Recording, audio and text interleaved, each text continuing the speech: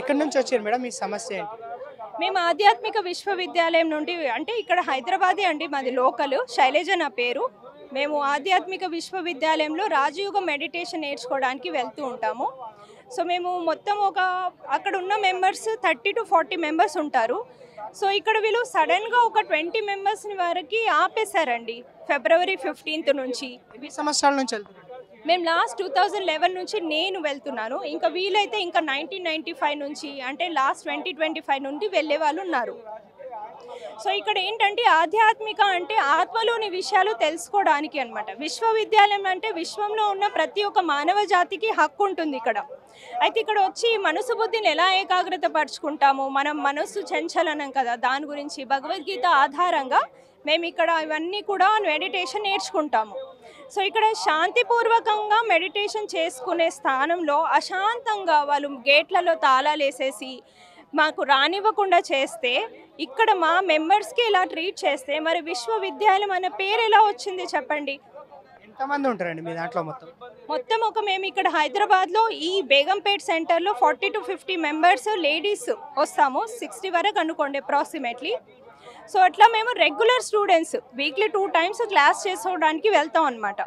So ఇప్పుడు ఇదేంటంటే article 25 to 28 వరకు రైట్ టు రిలీజన్ అనేది ప్రతి ఒక్కరికి ఉంటుంది. అకార్డింగ్ టు ద సెక్షన్ 339 కూడా రాంగ్ఫుల్ రెస్ట్రెయింట్ అంటే nobody has right to stop any path.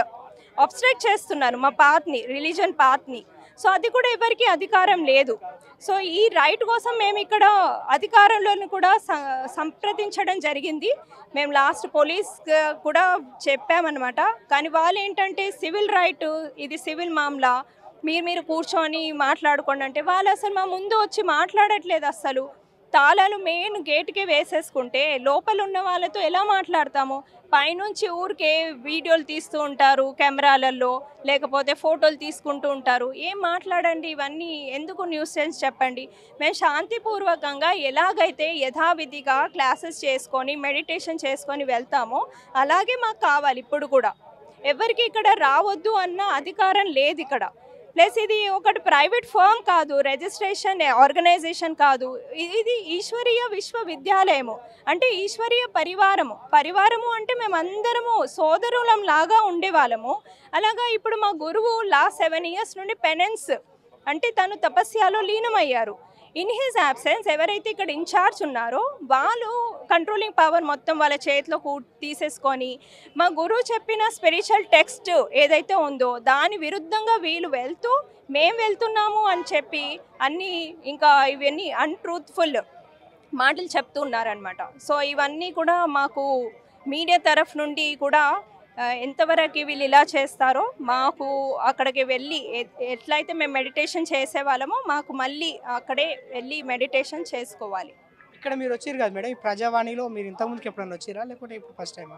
Last week వచ్చి ఇచ్చాము అప్లికేషన్ ఫాము. మాకు ఒక మెసేజ్ వచ్చింది, రిఫరెన్స్ నెంబరు. మరి దాని స్టేటస్ ఏంటి అనేది తెలియలేదు కాబట్టి మేము తెలుసుకోవడానికి వచ్చాము.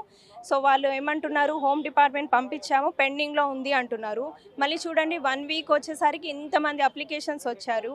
మరి ఎక్కడి వరకు వీళ్ళు కూడా మాకు హెల్ప్ చేస్తారు అనేది కొంచెము అనిపిస్తుంది.